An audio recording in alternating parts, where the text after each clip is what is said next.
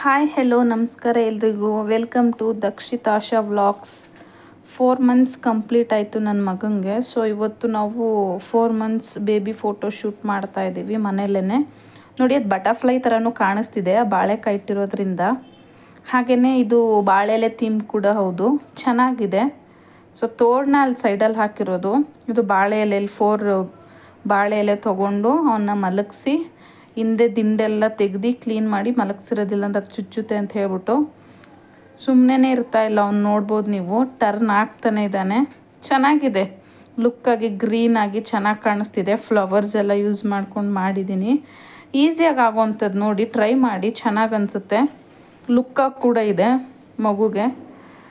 Try ಮಾಡಿ ನೋಡಿ ನಿಮ್ಮ ಮನೆಯಲ್ಲಿ, ನಿಮ್ಗೆ ಹೇಗೆ ಅನಿಸುತ್ತೆ ಕಮೆಂಟ್ ಮಾಡಿ. ಹಾಗೆ ಲೈಕ್ ಮಾಡಿ, ಶೇರ್ ಮಾಡಿ, ಸಬ್ಸ್ಕ್ರೈಬ್ ಮಾಡ್ಕೊಳ್ಳಿ. ಹಾಗೆ ಹೆಚ್ಚು ವಿಡಿಯೋಗಳನ್ನ ನೋಡೋದಕ್ಕೆ ನಿಮಗೂ ಯೂಸ್ ಆಗುತ್ತೆ. Thank you for watching. Bye bye all.